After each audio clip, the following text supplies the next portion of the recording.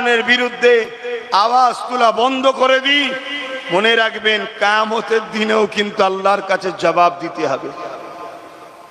এটা আমাদের ইমানের দায়িত্ব। তাই আন্দোলন করতে হবে।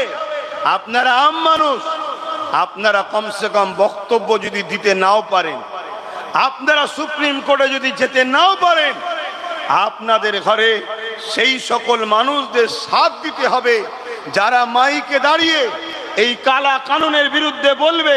সেখানে আপনাদের মাথাকে ভিড় বাড়াতে হবে।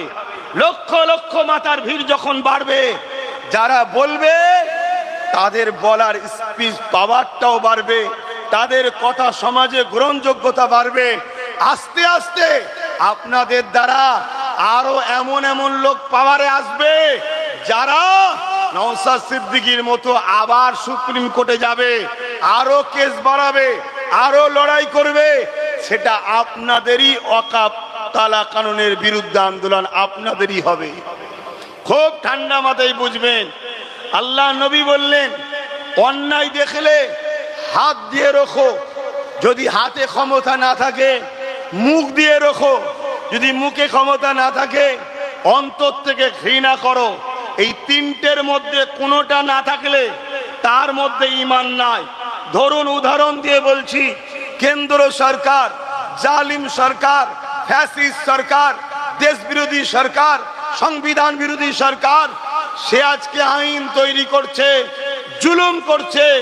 মসজিদ, মাদ্রাসা, কবরস্থান, ঈদগাহ, খানকা, মুসলিম সম্প্রদায়ের ঐতিহ্যকে মিটিয়ে দিবার, এটা নাই না অন্যায়? আমি সবাইকে জিজ্ঞেস করছি, এটা নাই না অন্যায়? কারা কারা অন্যায় বলছেন আল্লাহকে দেখিয়ে হাত তুলুন।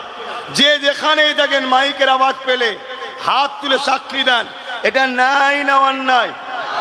অন্যায়। এই অন্যায়ের বিরুদ্ধে ঈমান যদি থাকে, নাম্বার ওয়ান, হাত দিয়ে প্রতিরোধ করো। ভাই, হাতে তো আমাদের ক্ষমতা নাই, আছে নাকি? কেন হাতের ক্ষমতা তো রাজ ক্ষমতা যাদের হাতে, তারা রুখবে। কিন্তু রাজ ক্ষমতা যেসব মুসলমানদের হাতে আছে, এরা তো বেঈমান নেতাদের জন্য মারপিট করে, মসজিদ মাদ্রাসার জন্য করে না।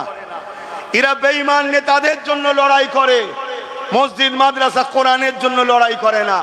এদের কাছে অনেক বোম বন্দুক আছে, এদের বেঈমান কাফের নেতার জন্য বার করে, এদের ইসলাম বিদ্বেষী নেতাদের জন্য বার করে।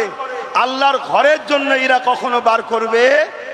কেন এরা তো মুনাফিক মুসলমান। তাহলে হাতে তো ক্ষমতা আমাদের নাই।